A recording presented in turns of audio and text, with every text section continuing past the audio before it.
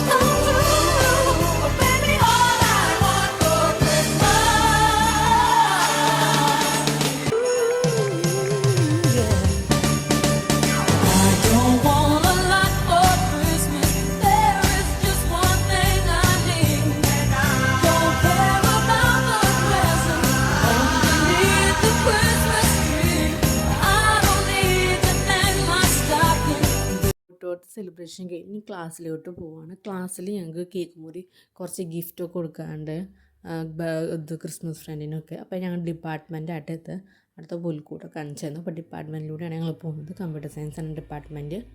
അപ്പോൾ ഇതാണ് ഞങ്ങളുടെ കേക്ക്. അപ്പോൾ ഞങ്ങൾ വെറുതെ ഇരുന്ന് ഫോട്ടോ ഒക്കെ എടുത്തു, ജസ്റ്റ് വീഡിയോ ഒക്കെ എടുത്തു. അപ്പോൾ ടീച്ചർ എത്തി. അപ്പോൾ ടീച്ചറും പിന്നെ അതുപോലെ തന്നെ ഞങ്ങളുടെ കോർഡിനേറ്ററുമാണ് കേക്ക് മുറിക്കുന്നത്. മിസ്സിന് ഗിഫ്റ്റ് ഉണ്ട്, കാരണം മിസ്സും കൂടിയും ക്രിസ്മസ് ഫ്രണ്ട് എടുക്കുന്നുണ്ട്. അപ്പോൾ കേക്ക് മുറിച്ചു. അതിനുശേഷം കേക്ക് എല്ലാവരും കഴിച്ചു. ഞങ്ങളെല്ലാവരും 2 പീസ് എടുത്ത് കഴിച്ചു ഗൈസ്. അപ്പോൾ കേക്ക് മുറിച്ചപ്പോൾ ഞങ്ങൾ 2 പീസ് എടുത്ത് കഴിച്ചു ഗൈസ്. എല്ലാവരും കഴിച്ചു 2 പീസൊക്കെ. കാരണം അത്യാവശ്യം എമൗണ്ട് ഉണ്ടാകും. നല്ല ടേസ്റ്റി ആയിരുന്നു ഇവിടെ കേക്ക്. അപ്പോൾ എല്ലാവരും എടുത്തു. ലാസ്റ്റ് മിസ് എല്ലാവർക്കും കൊടുത്തു കേക്ക്.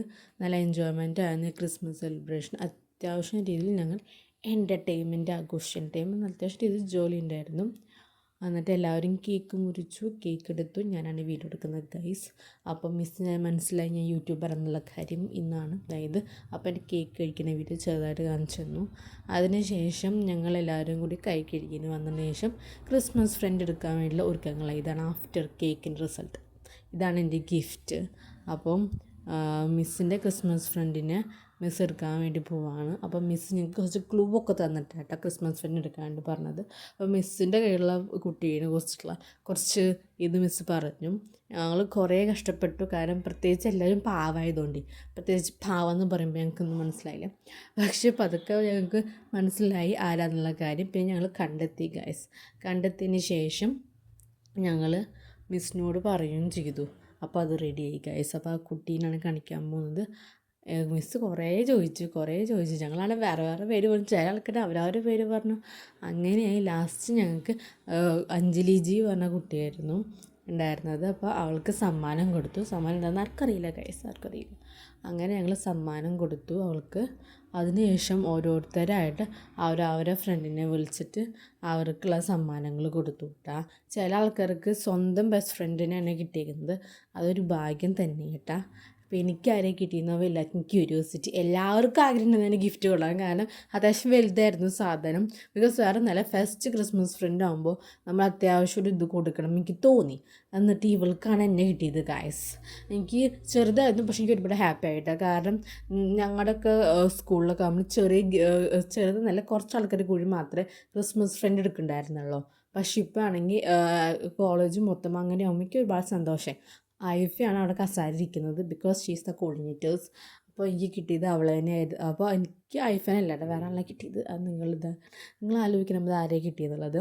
അതിനുശേഷം അവൾ ഗിഫ്റ്റ് തന്നു, ഒരുപാട് ഹാപ്പിയായി. അതിനുശേഷം ഞാൻ പറയണമായിരുന്നു എൻ്റെ ഗിഫ്റ്റ് എല്ലാവരും ക്യൂരിയോസിറ്റി ആയിരുന്നു, ആർക്ക് കൊടുക്കണം ആർക്ക് കൊടുക്കണം. അപ്പോൾ ഇവൾ പറഞ്ഞ ശേഷമാണ് ഞാൻ പറയാൻ തീരുമാനിച്ചത്.